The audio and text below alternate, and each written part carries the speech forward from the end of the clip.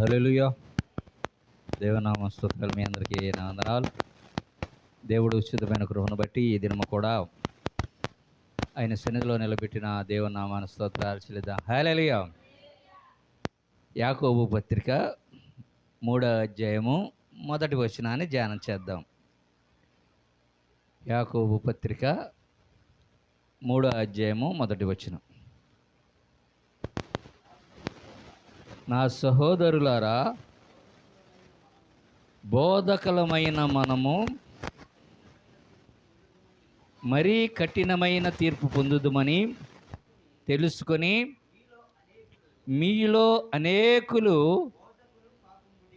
బోధకులు కాకుండుడి. ప్రార్థన చేసుకుందాం. స్తోత్రము తండ్రి, రక్షగా కృపగల దేవా యేసయ్య, నువ్వు ప్రేమించి ఆస్వాదించి మాకిచ్చిన ఈ క్రీస్తు రాకడ రక్షణ ధ్వని ప్రార్థన మందిరాన్ని బట్టి నీ స్తుతులు స్తోత్రాలు చెల్లిస్తున్నాం. మరి మొదటిగా పాటల ద్వారా మా స్వరాలు ముట్టి పరలోక రాగాలు దయచేసి ఉన్నావు.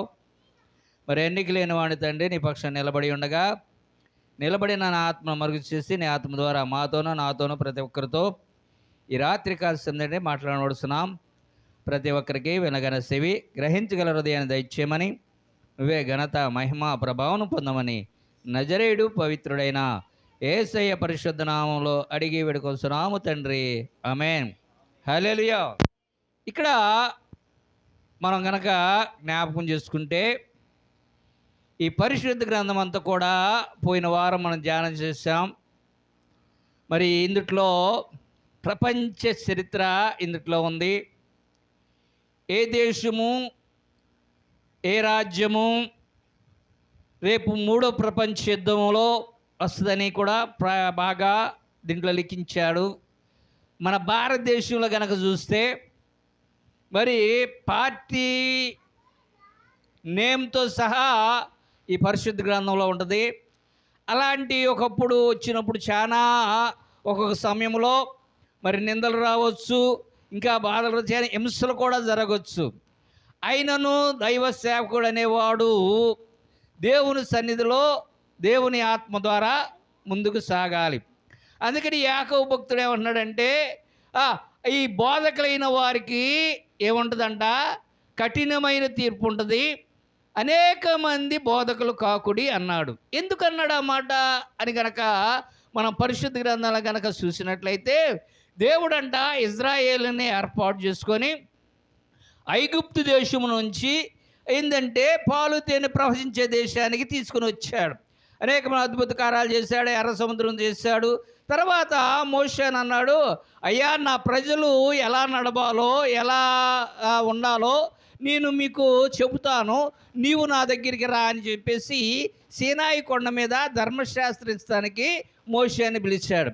ఈ మోషేను యెహోషువ ఇద్దరు కలిసి ఆ కొండ మీదకి వెళ్ళారు. వెళ్ళిన తర్వాత 40 రోజులు రాత్రి మగళ్ళు అక్కడే ఉండిపోయారు. అప్పుడు ఈ ఇజ్రాయేలులో ఒక అలజడి లేచింది.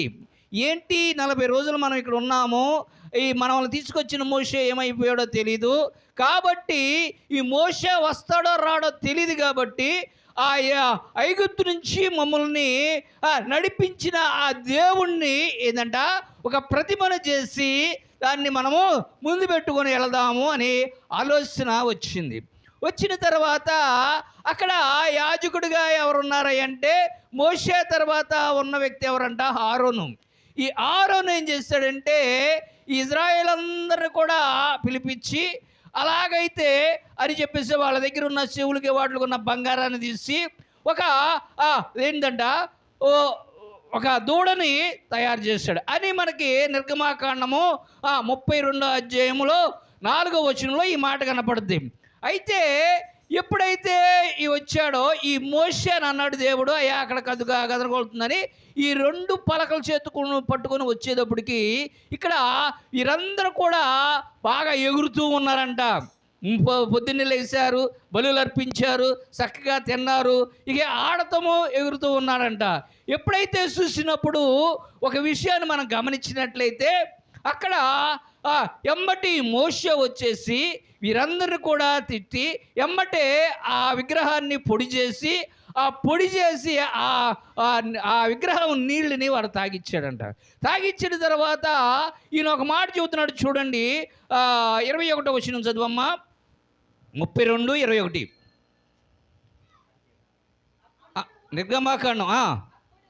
అప్పుడు మోషే, నీవు ఈ ప్రజల మీదికి ఈ గొప్ప పాపము రప్పించినట్లు వారు నిన్ను ఏమి చేసిరని హారోనును అడుగగా, హారోను, నా ఏలినవాడా, నీ కోపము మండనీయకము, ఈ ప్రజలు దుర్మార్గులను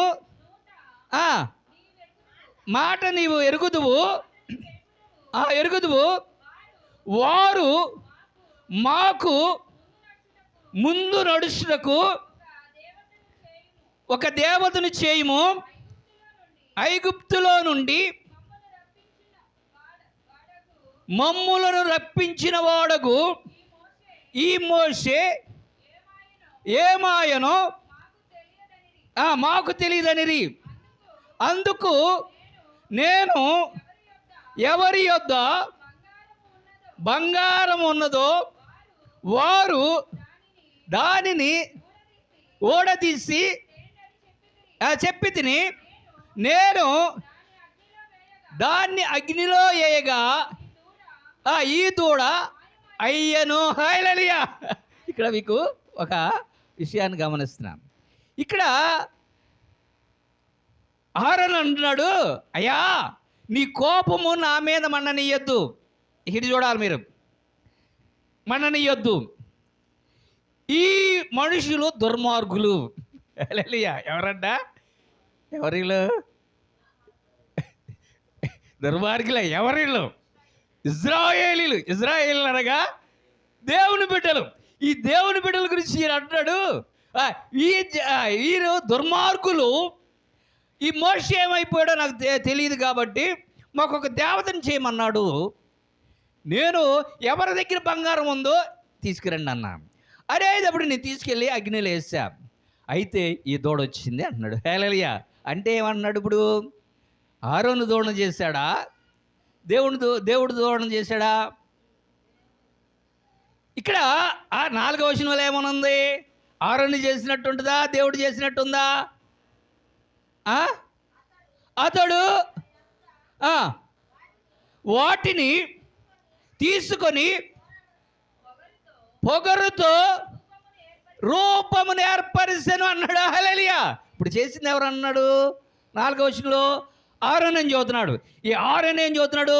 నేను చేయలేదయ్యా, నేను అగ్గిలో వేస్తే ఆ దూడే వచ్చేసింది అంటున్నాడు. ఇప్పుడు ఎవరి మాట నమ్మాలి? ఇప్పుడు నిజంగా గనక మనం చరిత్ర చూస్తే, ఈ చరిత్రలోకి వెళితే నిజంగా మీరు ఎలా అనుకుంటారో నాకు తెలియదు. నేను మాత్రం ఏంటంటే ఈ ఆరోను మాట నమ్ముతాం. ఎందుకంటే ఈ ఆరోను చరిత్ర కనుక మనం చూసినట్లయితే ఆయన ఎప్పుడు కూడా సొంత నిర్ణయాలు తీసుకోడు. ఏం తీసుకోడంట? ఆయనకి దేవుడు అంటే చాలా భయం. ఎందుకు ఆ మాట చెబుతున్నానంటే చూడండి, సంఖ్యాకాండంలో మోషే రెండో పెళ్లి చేసుకున్నప్పుడు ఈ మిరియామును ఈ ఆరోను ఎదురు తిరిగారు. అప్పుడు ఈ మిరియాముని ఆరోన్ని కూడా ఏం చేశాడు? దేవుడు పిలిచాడు. పిలిచిన తర్వాత వాళ్ళతో మాట్లాడి వెళ్ళిపోయే సమయంలో చూడండి 12వ అధ్యాయము 11వ వచనం. 12వ అధ్యాయము 11వ వచనం. ఆరోను, అయ్యో నా ప్రభువా, మేము అవివేకులము, పాపులమైన మేము చేసిన ఈ పాపమును మా మీద మోపవద్దు. తన తల్లి గర్భములో నుండి పుట్టినప్పటికే సగం మాంసము క్షీణించిను, శవము వలె అయ్యను.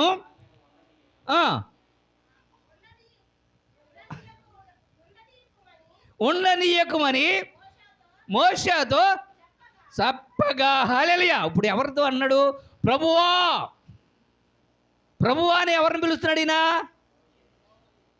దేవుణ్ణి కాదా? మోషే ప్రభువా దేవుడా? మనిషా దేవుడా? అయితే ఈ మోషే అన్నాడు ప్రభువా అంటున్నాడు.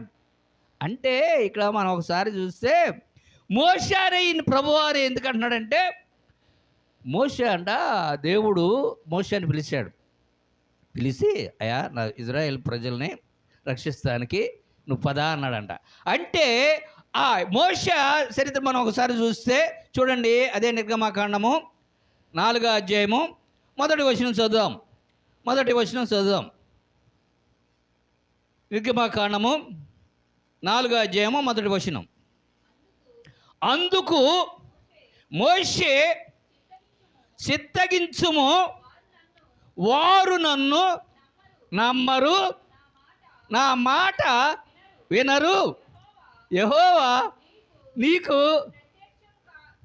ప్రత్యక్షం కాలేదని అని ఉత్తరమిగ సాలి. ఇక్కడ స్టార్ట్ అయింది. దేవుడు అన్నాడు మోషే నువ్వు వెళ్ళయ్యా అన్నాడు. అయ్యా నేను వెళ్ళను, వారు నన్ను నమ్మరు. ఎందుకని ఆల్రెడీ ఒకసారి ఈయన జరిగింది. ఈయన రాజుగా, ఐగుప్తు రాజుగా ఉంటే ఈయన అనుకున్నాడు ఇజ్రాయేలుకి నేను మేలు చేద్దాము. ఎందుకని పుట్టినది ఇజ్రాయేల్లోనే,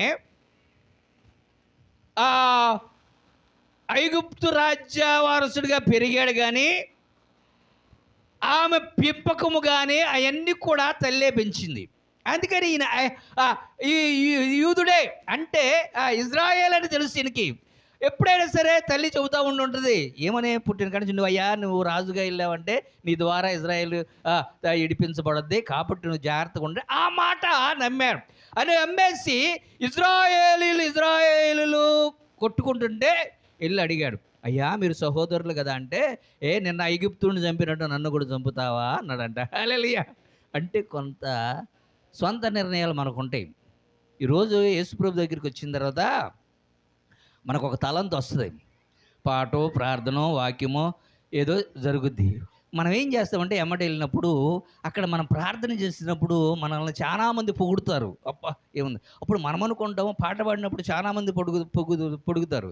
అప్పుడు అనుకుంటాం ఇక నా సొంత నిర్ణయమే కదా, ఇక నాకు ఇది లేదు కదా అని ఏమంటాడంటే అక్కడ మనము ఏమైపోతామంట, గర్వం వచ్చేస్తుంది, మనకి ఒక అధికారం వస్తుంది. అక్కడ వెళ్ళినప్పుడు రెండోసారి ఫెయిల్ అయిపోతాం. మనం ఏమైపోతామంట, ఫెయిల్ అయిపోయినప్పుడు మనకు అలాగే ఇజ్రాయేల్కి ఏదో న్యాయం చేద్దామని చూస్తే ఇజ్రాయేల్ ఎప్పుడైతే తిరిగారు వారి ద్వారా నేను ఈ రోజున ఎందుకు వెళ్ళడానికి సిద్ధపడతలేదంటే, ఈరోజు నేను వచ్చి ఈ పరాయి దేశంలో మరి మందని ఈ అడవిలో నేను కాస్తున్నానంటే ఏంటిదంట, దానికి కారణం ఏంటంటే కారణం ఎవరంట, వాళ్ళు నమ్మలేదు. నేను ఈ స్థితికి వచ్చాను కాబట్టి ఈ స్థితిలో ఉన్న నేను వెళ్ళడానికి ఇష్టపడలే. ఆయన నీకు అర్థమవుతుందా ఆయన ఎందుకు వెళ్ళనంటున్నాడో?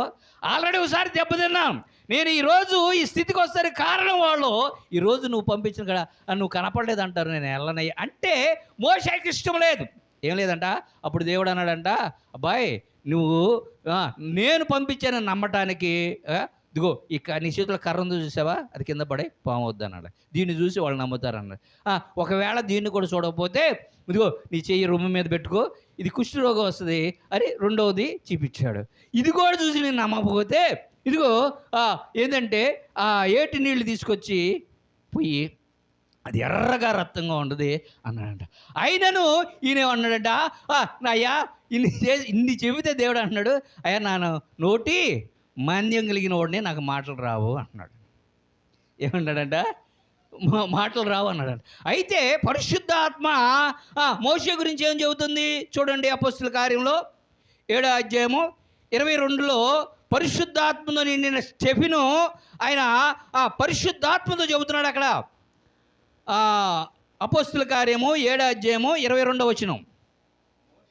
మోషే ఐగుప్తీయుల సకల విద్యలను అభ్యసించి మాటల యందును కార్యముల యందును ప్రావీణుడై ఉండెను. హల్లెలూయా. ఎట్టంట మాటల యందు కార్యాలు. ఆయన మంచి మాటకారి. ఒకవేళ ఈయన చెప్పిన మాట ఒకవేళ ఫస్ట్ మాట్లాడినప్పుడు ఏమన్నా తొత్తదేమో వచ్చి ఉంటుంది. ఆ మాట్లాడదాం బిగించేశాడంటే చాలా చక్కగా మాట్లాడదంట. అయినా నా నోటి మంది అని ఎవరితో చెబుతున్నాడు? దేవాతి దేవుడితోనే. ఇప్పుడే అప్పుడు దేవుడు అన్నాడు, నోరిచ్చేవాడు నేను, చెవిటోడికి వినిపించేది, చూపు లేనోడికి వచ్చేది, నోటి ఇచ్చాడు నేను కదా, నేను పంపిస్తాను నీకు, నోరుని కూడా సరి చేస్తాను, నువ్వు వెళ్ళు అంటే ఈయన లాస్ట్కి ఈయన ఏమంటున్నాడంటే, ఇప్పుడు చూడమ్మా నిర్గమకాండము 4:13 చూడు. 13 అందుకతడు అయ్యో ప్రభువా నీవు పంపదలిసిన వానినే పంపుము. హల్లెలూయా. ఇక్కడ ఒక మాట చూస్తున్నాడు. అయ్యో అంటే అయ్యా ప్రభు అట్లా, అయ్యో అంటే అయ్యా నేను వెళ్ళరా బాబు, అర్థం అవుతుందా? నేను వెళ్ళను, అయ్యో నువ్వు పంపాల్సిన వాడినే పంపు అన్నాడు. అనగానే దేవుడు ఏమన్నాడు చదవమ్మా? ఆయన మోషే మీద కోపపడి లేవీయుడగు నీ అన్నయ్య అయినా ఆరోను లేడా, అతడు బాగుగా మాట్లాడగలడని నేను ఎరుగుదును, ఇదిగో అతడు నిన్ను ఎదుర్కొనవచ్చున్నాడు, అతడు నిన్ను చూసి అతని హృదయమందు సంతోషించును, నీవు అతనితో మాట్లాడి అతని నోటికి మాటలు అందించవలెను, నేను నీ నోటికి అతని నోటికి తోడయ్యుండి మీరు చేయవలసిన దానిని మీకు బోధించేదను, అతడే నీకు బదులుగా జనులతో మాట్లాడును, అతడే నీకు నోరుగా ఉండును, నీవు అతడికి దేవుడుగా ఉండు. హల్లెలూయా. ఇక్కడ మనం గమనించాల్సింది, ఇక్కడ ఇద్దరు దైవజనులు ఉన్నారు. ఒక దైవజనుడికి ఏమో దేవుడు ఉన్నాడు, ఒక దైవజనుడికి దేవుడు ఎవరంట? మనిషి. ఒక దైవజనుడేమో మనుషుల మీద ఆధారపడేవాడు, ఒక దైవజనుడేమో దేవుడి మీద ఆధారపడేవాడు. అలాంటిది దేవుడి మీద ఆధారపడిన దైవజనుడు అక్కడ లేడు. జనులందరూ ఈయన మీదకి వచ్చేసారు. ఇప్పుడు ఈయన ఏం చేయాలి? ఎవరితో మాట్లాడాలి? ఇప్పుడు మనిషినే దేవుడిగా ఆరాధించాడు, కానీ దేవుడు అంటే ఈ ఆరోనుకి మహాభయం. ఈ ఆరోనుకి దేవుడు ఎవరని తెలుసు? ఈ దేవుడు అయిన యెహోవా ఈయనకి ఎవరని తెలుసు అంటే చూడండి, ద్వితీయోపదేశకాండము 4:24 ద్వితీయోపదేశకాండము 4:24 యాలయనగా నీ దేవుడైన యెహోవా దహించు అగ్నియు రోషం కలిగిన దేవుడు. హల్లెలూయా. ఇప్పుడు వీరికి ఎవరని తెలుసమ్మా? ఇటు చూడండి, ఇక్కడ దేవుడు ఎవరంట? అగ్నినే తెలుసు. అందుకనే అయ్యా బాబు ఏది చేస్తే ఏది నా మీదకి వస్తుందో నాకు తెలియదు అని చెప్పేసి వీళ్ళందరూ కూడా చెవులు ఇవన్నీ తీసుకెళ్ళి అగ్నిలో పడేస్తాడు. అంతే. అగ్నిలో నుంచి ఏమొచ్చిందంట? దూడొచ్చింది. ఇప్పుడు దేవుడు చేశాడా దూడనే? ఆరోను చేశాడా? దేవుడే చేశాడు. అంటే దేవుడితో మాట్లాడిన దైవజనుడు, ఎప్పుడు మనుషులతో మాట్లాడే దైవజనుడు, ఒక్కసారిగా దేవుడు గనక ఆ ప్రవర్తతో మాట్లాడితే, ఆ దైవజనుడితో మాట్లాడితే, ఇప్పుడు ఆ దేవుడు ఆరోనుతో మాట్లాడుతున్నాడు. ఏమి తీసుకొచ్చి దూడని చేపించి, ఆ దూడని చూపించి, ఆరోను ఈ ప్రజలకు నువ్వు ఒక మాట చెప్పు. ఏమని చెప్పాలి? చూడండి, ఇర్మియా గ్రంథము 10:14. ఇర్మియా గ్రంథము 10:14.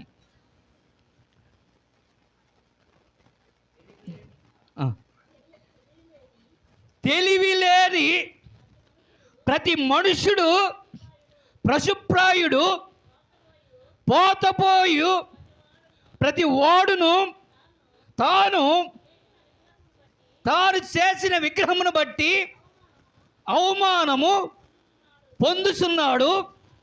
అతడు అది పోతపోసినది మాయ రూపము, అందులో ప్రాణమేమియో లేదు.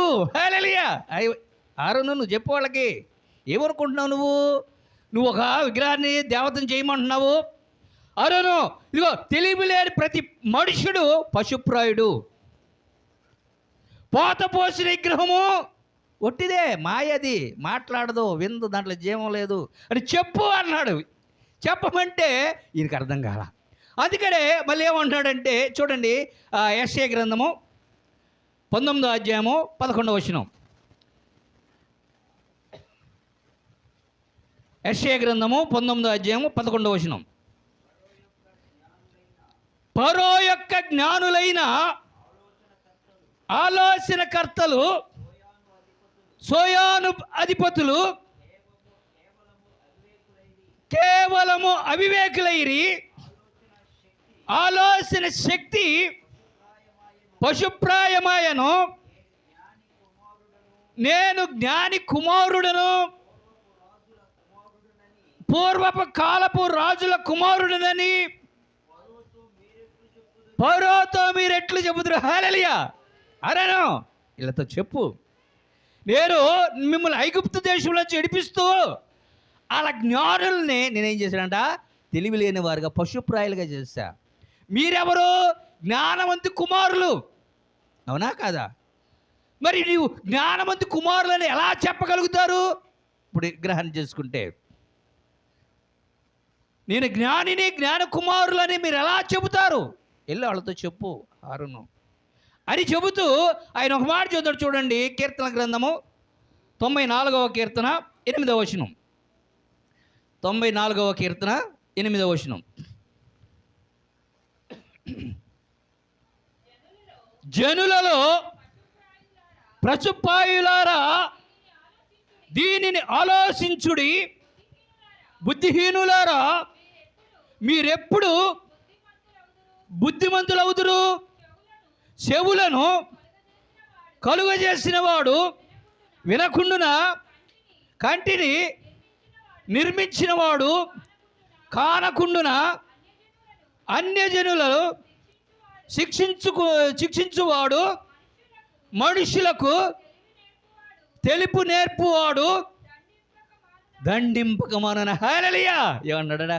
జనులలో పశుప్రాయులారా దీన్ని ఆలకించండి, నడిపించేది నేను, చేసేది నేను వెనకంలో ఉన్నానా చెప్పు ఆరోను అంటే. ఈ ఆరోనికి అర్థం కాల, ఎందుకని?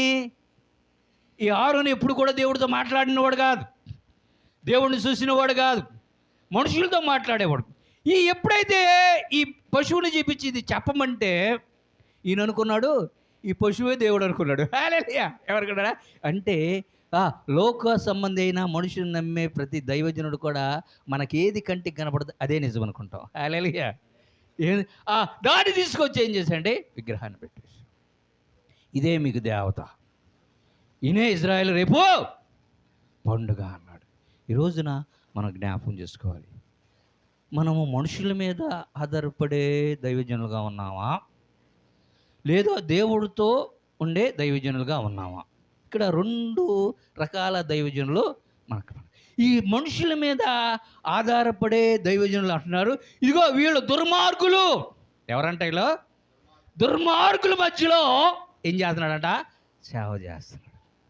హల్లెలూయా. ఈ సేవ చేసే దైవజనుడు ఎలా ఉంటాడంటే చూడండి, ఒక మాట యెషయా గ్రంథము 9వ అధ్యాయము 15వ వచనం. యెషయా గ్రంథము 9వ అధ్యాయము 15వ వచనం. పెద్దలను గనులను తల కళ్ళలాడు ప్రవర్తలు తోక,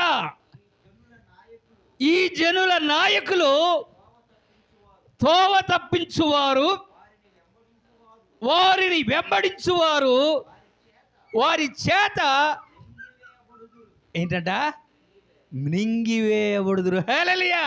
ఎలా ఉంది అంటే ఇప్పుడు మనకి ఈ చరిత్ర ఇప్పుడు చూస్తే మన పుట్టు క్రైస్తవుల్లో బాగా కనపడుద్ది ఇది. ఇక్కడ ఎవరంట? అక్కడ మన పుట్టు క్రైస్తవుల్లో సంఘాలు ఉంటాయి, దేవుణ్ణి ఆరాధిస్తూ ఉంటాం. దానికి ఆ సంఘానికి పెద్దలు ఉంటారు నాయకులుగా. హల్లెలూయా. వారు తల, ఆ వచ్చే దైవజనులు ఎలా అంటాడా తోక. చాలా గమనించండి, అవునా కదా? వాళ్ళు ఏది చెబితే అదే చేయాలి. చెయ్యకపోతే వారు ఏం చేస్తారంట? తీసేస్తారు. వారు ఆ పరిస్థితి మొత్తము కూడా ఎవరి మీద ఆధారపడి ఉంటుందంట? ఈ లోక సంబంధమైనదే, ఈ లోక సంబంధమైనదే. ఈ 100 ఏళ్ళ జీవితం గురించి ఆలోచిస్తారు. ఈ 100 ఏళ్ళ జీవితం తర్వాత పరలోకం గురించి ఆలోచిస్తారు.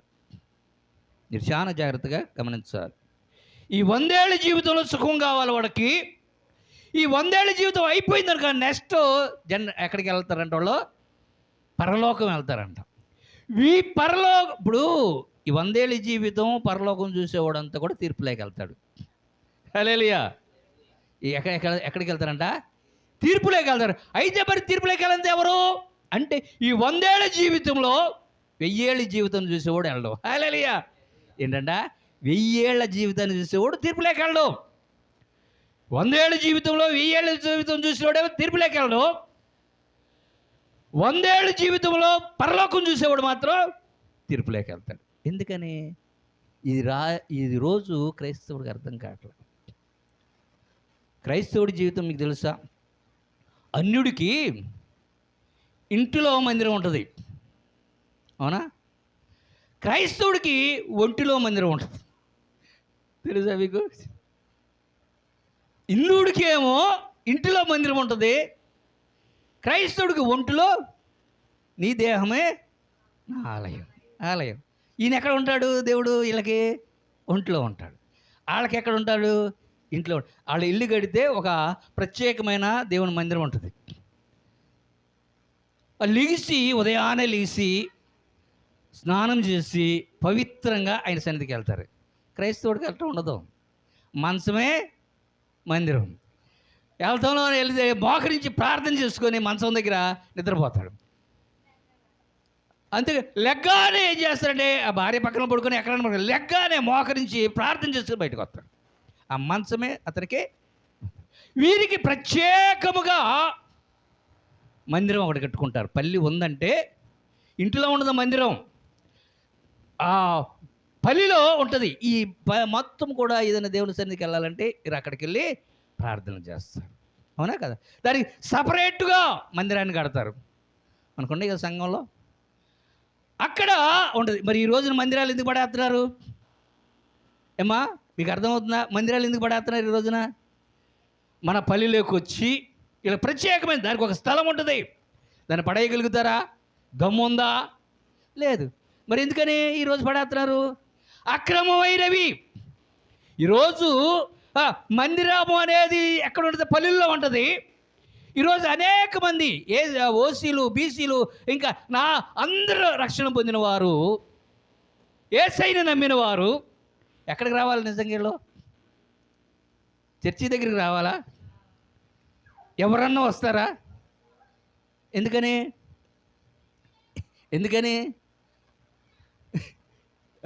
వీళ్ళు దుర్మార్గులు ఆయన ఏమి చదువుతున్నాడంట? దుర్మార్గులు అయితే రారా? దుర్మార్గులకు దేవుడు దైవజనుడు లేడా? మోషే లేడా? దేవుడితో మాట్లాడేవాడు లేడా? రారు. అంటే రాని వారు ఏ కులసుడు వచ్చినా ఆలయాలలో కట్టుకొని అక్కడే మనవాళ్ళు అక్కడికి రప్పిస్తాడే కానీ వాళ్ళు మాత్రం నిజంగా మరి దేని గురించి ఆలోచిస్తారు? అక్కడ ఈ లోక చరిత్ర గురించే, ఈ లోక ఆశల గురించే, ఈ లోకంలో అప్పుల గురించే, ఈ లోకంలో స్వస్థత గురించే. కానీ ఎప్పుడైనా ఏ ఏళ్ల పరిపాలన గురించి ఆలోచించారా? ఈ పరిశుద్ధ గ్రంథం ఎక్కడైనా చూసారా? ఈ పరిశుద్ధ గ్రంథంలో ఈ భారతదేశంలో ఉన్న ప్రతి పార్టీ పేరు ఉంటుంది దీంట్లో. ఎప్పుడైనా జ్ఞానం చేస్తారా? ఎందుకు మీకు ఆ మాట చెబుతున్నానంటే, ఆ రోజు ఏంటంట, తెలివి లేకుండా అయిపోయారు. ఎవరి ద్వారా? మనుషుల మీద ఆధారపడే దైవజనుల ద్వారా. జ్ఞాని అయిన కుమారులు ఏమైపోయారంట? పశుప్రాయులయ్యారు. అందుకనే యేసు ప్రభు పుట్టినప్పుడంట ఇప్పుడు మనకి ఎక్కువగా నడవడికి ఏమొస్తుందంటే పశువుల పాకలో యేసుప్రభు పుట్టాడు అని వస్తుంది.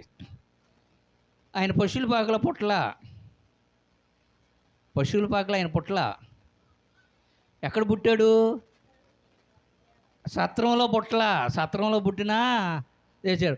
వీళ్ళు యెరూషలేము మందిరంలో ఆ రోజు పండగ జరుగుతుంటే గాడిద మీద ఎక్కించుకొని తీసుకొని వస్తూ ఉన్నాడు ఏశావు.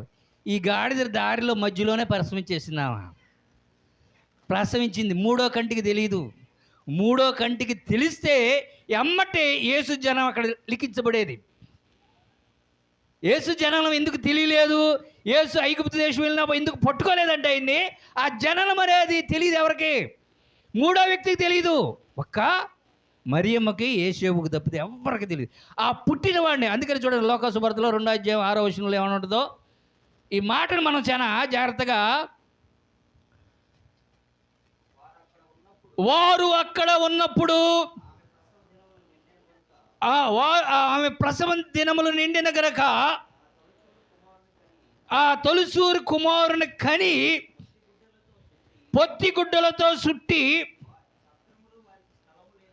సత్రములో వారికి స్థలము లేనందున ఆయనను పశువుల తొట్టిలో ఇప్పుడు ఎక్కడికన్నారమ్మా? సత్రంలో కన్నారా? కనలా. ఎందుకంటే ఆల్రెడీ కనేసిన తర్వాత పొత్తిగుడ్డలతో చుట్టి తీసుకొచ్చారు. అందుకే ఎవరు స్థలం ఇవ్వలా. అదే కనుక కానుపు జరుగుతుంటే ఏ ఆడామైన ఊరుకుంటుందా? సత్రంలో కానీ రోడ్లు కానీ అంత కఠినాత్మలు ఉంటారా? ఉండరు కదా. తెలియదు, ఎవరికి తెలియదు. ఏ ఒక్క మంత్రశారి కనుక వ్యక్తి చూసినా కూడా పలానా రోజున యేసు ప్రభు జనాభా అని రాసేసేవాళ్ళు. జనాభా లెక్కల కోసం ఒకే వచ్చింది ఇలా జనాభా అంటే లెక్క. అందుకని అక్కడ ఆ పశువుల తొట్టిలో పొరుండబెట్టెను. పశువుల తొట్టిలో ఏముంటుంది? గడ్డి. పశువులకి మేత. మనకి ఎట్ట అంటాం, మేత ఉంటుంది. ఇప్పుడు యేసుప్రభుని పశువుల తొట్టిలో పడుకోబెట్టాడంటే ఇప్పుడు యేసుప్రభు ఏమై ఉన్నాడు? మేత. ఎవరికి మేత అయినా? ఎవరికి? తెలివి లేని ప్రతి మనుషుడు ఎప్పుడయ్యాడు? హారూను టైంలో అయిపోయారు. జ్ఞాని కుమారులు ఏమైపోయారంట? జ్ఞానం కలిగిన అన్నాడు. అప్పుడు పశువులు లాగా తయారైపోయారు. తెలివి లేని ప్రతి మనుషుడు పశువులు. ఆ పశువులకు మళ్ళీ జ్ఞానం రావాలంటే ఏం తినాలంట? ఆహారం తినాలి. ఆ ఆహారం ఏంటంట? నా శరీరము తిని నా రక్తము త్రాగువాడు నిత్య జీవం గలడు. అంటే ఇప్పుడు ఎవరు తింటున్నాము మనము? ఈ రోజున యేసుప్రభుని ఎందుకు తింటున్నారు? ఇది నా శరీరం, ఇది నా రక్తం అని ఎందుకు తింటున్నాము? అర్థమవుతుందా? ఈ పశువుల పాక అనే మాట విని ఒక బ్రాహ్మణుడు ఈయన రోడ్ల మీద వెళ్తున్నా, ఆయన పూజారి. వెళుతూ ఉంటే పశువుల పాక అనే పాట వస్తుందంట. పశువుల పాకల గురించి యేసుప్రభు గురించి ప్రకటిస్తున్నాడంట. ప్రకటిస్తుంటే ఆయనకు అర్థం ఏంటి, ఈ మా గ్రంథంలో ఉంది కదా, ఈయన ఎవరో పశువుల పాకని ఈ యేసుప్రభు అని ప్రకటిస్తున్నారు, అసలు ఏంటయ్యా అని చెప్పేసి తెలుసుకోవాలని చెప్పేసి ఆయన ఆ పాస్టర్ గారి దగ్గరికి వెళ్ళి రహస్యంగానే ఆ కొత్త నిబంధన తీసుకొని అది చదివిన తర్వాత గొప్ప దైవజనుడయ్యాడు. ఆయనే పరమ సూర్యనారాయణ. హల్లెలూయా. బ్రాహ్మణుడు అంటే వేదాల్లో కూడా ఈ మాట ఉంది అన్నాడు. మరి లేనిది ఎక్కడ? ఈరోజు ఎందుకు తన్నుకుంటున్నాం సత్యాన్ని తెలుసుకోకుండా? ఆయన బంధువులు కూడా నాకు తెలిసిన వాళ్ళే ఇక్కడ. అలాగే ఆయన్ని శనసూరి అంటారంట. మా శనసూరి గాడే నయ్యంరా నాతో మాట్లాడతారు వాళ్ళ బంధువులు. మాదేముందండి, వెళితే అందరూ చిల్లర డబ్బులు వేస్తారు. మీ క్రైస్తవులు అంటే ఏమనుకున్నావు? వేలు ఆడు మరి ఈరోజు కారులో తిరుగుతున్నాడు అదేయ్యా అంటారు. అంటే వాళ్ళకి ఏమర్థం అవుతుంది? ఈ లోక సంబంధం ఆశీర్వాదమే తెలుస్తుంది. కానీ గమనించాలి, కానీ క్రైస్తవుడు ఈ లోక ఆశీర్వాదం కాదు. కానీ అందుకని చెబుతుంది. ఇప్పుడు ఆయన పశువుల తొట్లు ఎందుకు పడుకోబెట్టాల్సి వచ్చిందంటే ఆ రోజు ఒక దైవజనుడు ద్వారా ఏమైపోయారంట? తెలివి లేకుండా పశుప్రాయులయ్యారు.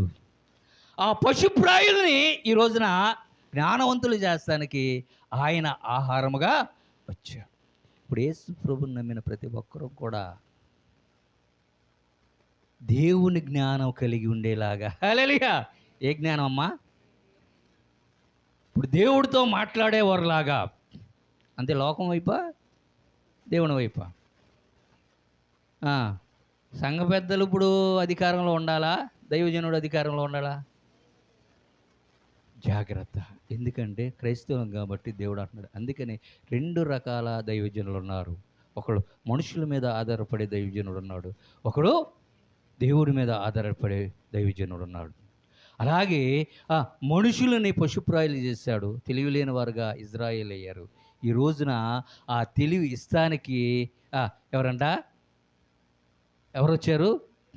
యేసు ప్రభు వచ్చాడు, తన ఆహారంగా ఉన్నాడు. ఇప్పుడు ఆయన తింటుంది ఎవరంటే నిజంగా పుట్టు క్రైస్తవులైన వారికి ఇప్పుడు ఏం రావాలంట? రక్షణ రావాలి. హల్లెలూయా! ఏ రావాలంట? అందుకని అన్నాడు, ఇదిగో దేవుని పక్షాన ఉన్నవాళ్ళు నా పక్షానికి వచ్చేయండి అన్నాడంట. మోషే వచ్చేసారు. వచ్చేసేటప్పటికి ఇక మీ సోదరుని చంపేసేయండి అన్నాడంట. 3,000 మంది చచ్చిపోయారండి ఆ రోజు. ఇంచుమించు 3,000 మంది చచ్చిపోయాడు అన్నాడు. అందుకనే ఈరోజు క్రైస్తవుడి దగ్గర దేవుడు యేసయ్యను నమ్మిన మనము, అది విశ్వాసులే కానీ, యాజకుడే కానీ, పాస్టరే కానీ, ఇంకా సంఘ పెద్దే కానీ, ఎవరైనా సరే ఎలా ఉండాలంట? మనం జ్ఞానం కలిగి ఉండాలి, దేవుడితో మాట్లాడే వ్యక్తిగా ఉండాలి. 2 రకాల దైవజనులు లోకంలో ఉన్నారు. మానవుల వైపు చూస్తే, మనుషులను బట్టి నువ్వు నడిస్తే ఏమైపోతావంట? నువ్వు అమ్మా ఏమైపోతావు? రేపు తీర్పులోకి వెళ్తావు. అదే కనుక దేవుని బట్టి నడిస్తే ఈ ప్రకటన గ్రంథం మొత్తం కూడా నీకు అర్థమైపోద్ది. పరిశుద్ధ గ్రంథం మొత్తం కూడా ఎప్పుడు ఎవరు వస్తారు, ఏ దేశపోడు వస్తాడు, ఏ రాజు వస్తాడు, అధిక్రిస్తే ఎలా వస్తాడు, 6 ఏళ్ళ ముద్రంటి ఏంటి, 666 ముద్రంటి, అన్నీ కూడా ప్రపంచం మొత్తం కూడా దీంట్లో ఉంది. ఇవన్నీ వచ్చేసిన తర్వాత దానియేలు చెప్పినట్టంట ఒక రాయి వస్తుందంట. హల్లెలూయా! ఈ మొత్తాన్నేసి ఆ రాయి పరిపాలించేదే 1000 ఏళ్ళ పరిపాలన. హల్లెలూయా! ఆ 1000 ఏళ్ళ పరిపాలనకి, ఎందుకంటే క్రైస్తవుడు ఎప్పుడు కూడా పరలోకం వైపు చూడబాకండి. దేని వైపు చూడాలంట? ఈరోజు మనం ఎంత దీనస్థితిలో ఉన్నామో ఈ దేశంలో, కొంతమంది తినడానికి తిండి లేక, ఉండడానికి ఇల్లు లేకుండా, మరి కట్టుకోవడానికి బట్టలేని వారు నానా రకమైన స్థితిలో ఉన్నారు. ఇవన్నీ కూడా సమానత్వం రావాలంటే దేవుడు 1000 సంవత్సరాలు మన చేత పరిపాలన చేపిస్తాడంట. హల్లెలూయా! న్యాయముగా. అందులో గుడ్డోడు, కూటోడు, రోగులు ఉన్నా వాడికి కూడా మంచి ఇల్లు ఉంటుందంట, కారు ఉంటుందంట, అన్ని సమానత్వం ఉంటుందంట. ఒకడు గొప్ప, ఒకడు పేద అనేది తేడా ఉండదంట. దుర్మార్గులు ఉంటారు ఆ రాజ్యంలో కూడా. ఇప్పుడు ఎట్టా ఉన్నారు అలాగే ఉంటారు. అలాంటి పరిపాలన ఇప్పుడు ఇది ఎన్ని సంవత్సరాల పరిపాలన? ఇది 5 సంవత్సరాల పరిపాలనే. రేపు 1000 సంవత్సరాలు మనల్ని యాజ్యుడిగా చేస్తాడు. అందుకని ఈ రోజున మనం ఇంత దీనస్థితిలో ఉండేది. ఎవరు ఎంత అన్నా ఎన్ని బాధలు ఎందుకు మనం ఉన్నతమైన స్థితిలోకి వెళ్ళామా? కష్టపడి పని చేస్తూ ఉంటే, అన్యాయం చేస్తే ఎంతమంది గొప్ప గొప్ప వాళ్ళు అవుతున్నారు, అవునా కదా? అలా ఉండకుండా ఉన్నట్టు ఇప్పుడు మనం దీంట్లో 2 విషయాలు. ఒకటి ఏంటంటే 2 రకాల దైవజనులు ఉన్నాడు. యేసు ప్రభువుని పశువుల తొట్టులో ఎందుకు పొరుండబెట్టారు? పశువుల తొట్టులో పాకలైన పుట్ల పశువుల తొట్టులో పొరుండబెట్టినని ఉంటుంది. ఆయన ఆహారంగా వచ్చాడు కాబట్టి ఆ జ్ఞానాన్ని మనం తెలుసుకుంటే పరిశుద్ధ గ్రంథం మొత్తం కూడా, మన జీవితం కూడా చాలా చక్కగా దేవుడు ఏది చెబితే అదే చేయగలుగుతాం. కాబట్టి అలాంటి స్థితి రావాలి. అందుకనే యాకోబు ఏమన్నాడంట? మీరు మాట చదువమ్మా, 3 సహోదరులారా, బోధకులమైన మనము మరీ కఠినమైన తీర్పు పొందుదుమని తెలుసుకొని మీలో అనేకులు బోధకులు కాకుడి. హల్లెలూయా! చేచా ఈ రోజున ప్రతి ఒక్కరు బోధకులు అయిపోతున్నారు. ఈ రోజున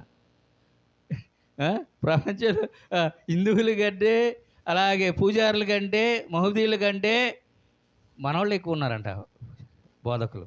అలా జాగ్రత్త. నీవు ఎలా ఉన్నావు? మరి తెలుసుకొని మనం ముందుకు సాగాలి. ఈ మాటలు దేవుడు దీవించి ఆశీర్వదించును గాక. హల్లెలూయా.